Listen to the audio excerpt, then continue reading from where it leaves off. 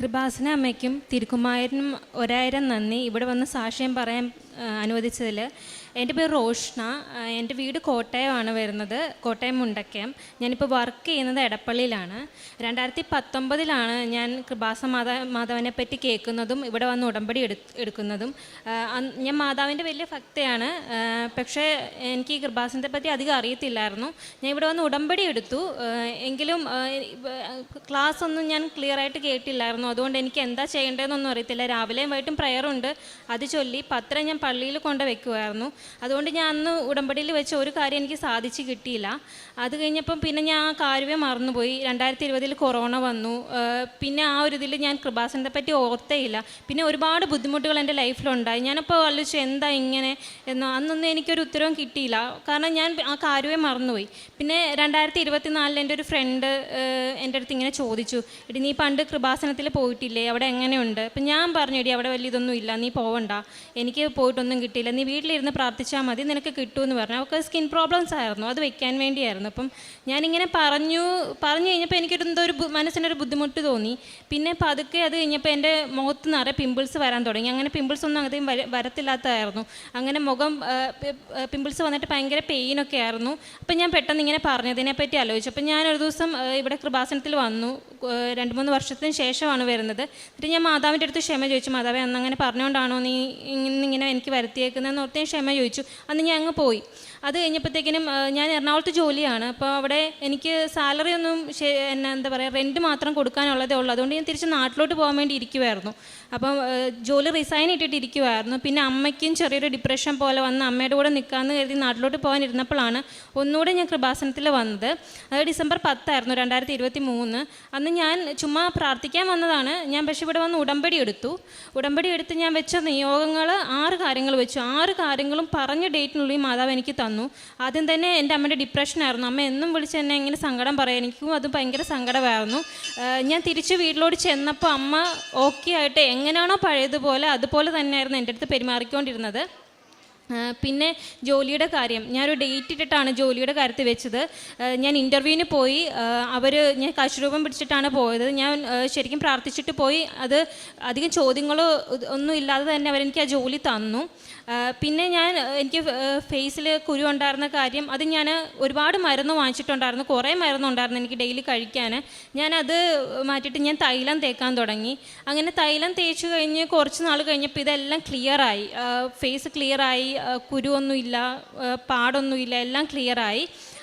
പിന്നെ ഞാനത് അന്ന് ഉടമ്പടിയിൽ വെച്ചൊരു കാര്യം എന്ന് വെച്ചാൽ, എനിക്ക് കോൺഫിഡൻ്റ് ആയിട്ട് ഇത് സംസാരിക്കാൻ ഭയങ്കര പേടിയുള്ള ആളായിരുന്നു. ഭയങ്കര സ്റ്റേജ് ഫിയർ ഉള്ള ആളായിരുന്നു. എനിക്ക് ഒരാളോട് സംസാരിക്കാനൊക്കെ ഭയങ്കര വാ പത്തി പിടിച്ചൊക്കെയാണ് ഞാൻ സംസാരിച്ചുകൊണ്ടിരുന്നത്.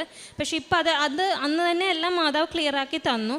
പക്ഷേ ഞാൻ ഉടമ്പടി കംപ്ലീറ്റ് ചെയ്യുന്നതിന് മുമ്പേ തന്നെ എന്താ പറയുക, ഉടമ്പടി അഭിഷേകം എനിക്ക് പോയി, ഞാൻ ഉഴപ്പാൻ തുടങ്ങി.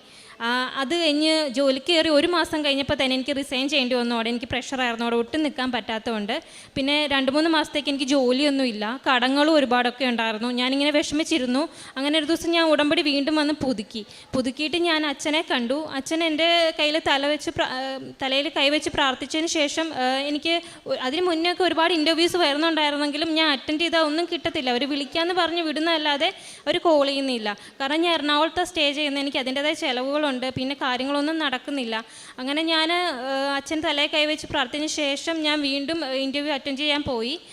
അങ്ങനെ പോയിട്ട് ഞാനും വേറൊരു ചേച്ചിയാണ് ലാസ്റ്റ് ഉണ്ടായിരുന്നത്. ആ ചേച്ചിക്ക് എന്നെക്കാളും 10 വർഷം എങ്ങനെ എക്സ്പീരിയൻസ് ഉള്ളതാണ്. എനിക്കാകെപ്പാടെ 1 വർഷമേ ഉള്ളൂ. അപ്പം ഞാൻ ഓർത്തു അതും കിട്ടത്തില്ല. പക്ഷേ മാതാവിൻ്റെ കാശുരൂപം കൈ പിടിച്ചിട്ടൊക്കെയാണ് ഞാൻ ഇൻ്റർവ്യൂ അറ്റൻഡ് ചെയ്തത്.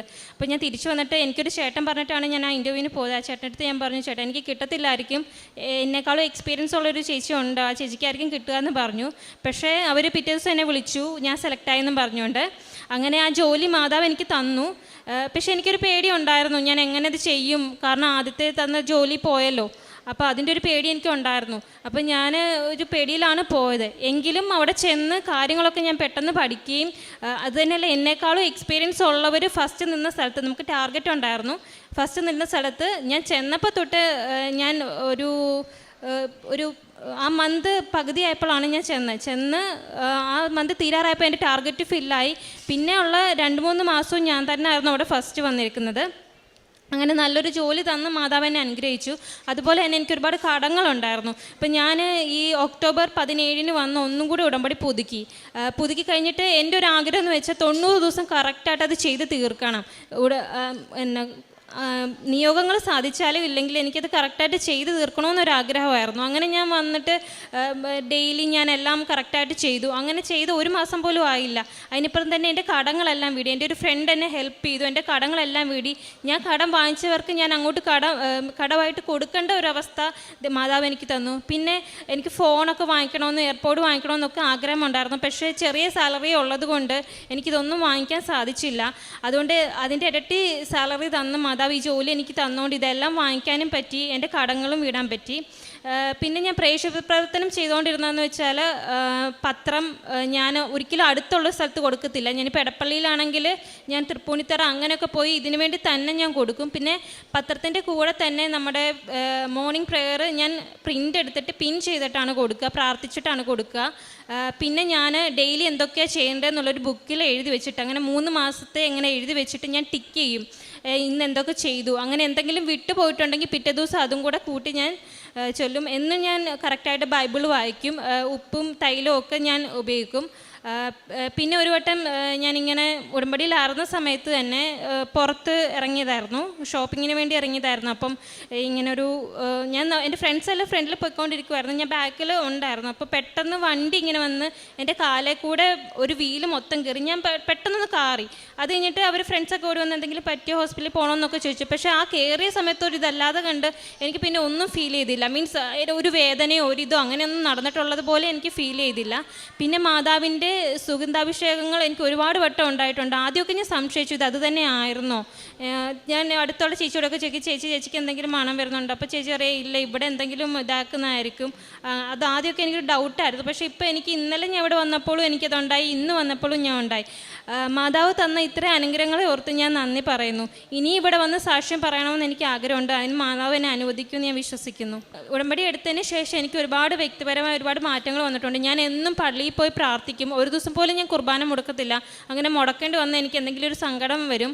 അതുതന്നെയല്ല, എൻ്റെ ആവശ്യങ്ങളെല്ലാം ഞാൻ മാറ്റി വെച്ചിട്ടാണ് ഞാൻ ഈ ഒരു കാര്യത്തിന് വേണ്ടി നിൽക്കുന്നത്. ഇപ്പോൾ എന്തെങ്കിലും ഔട്ടിംഗ് ആണെങ്കിൽ അതൊക്കെ ഞാൻ ഇത് മുടങ്ങുന്നുണ്ടെങ്കിൽ ഞാൻ ഉറപ്പായിട്ട് അതിന് പോകത്തില്ല. അങ്ങനെ മാറ്റി വെച്ചാണ് ഓരോ കാര്യങ്ങളും ഞാൻ ചെയ്തുകൊണ്ടിരിക്കുന്നത്. യോഹന്നാൻ്റെ വിശുദ്ധ സുവിശേഷം 21:15 തിരുവചനത്തിൽ കർത്താവ് പത്രോസിനോട് ചോദിക്കുന്നുണ്ട്, നീ ഇവരേക്കാൾ അധികമായി എന്നെ സ്നേഹിക്കുന്നുവോ?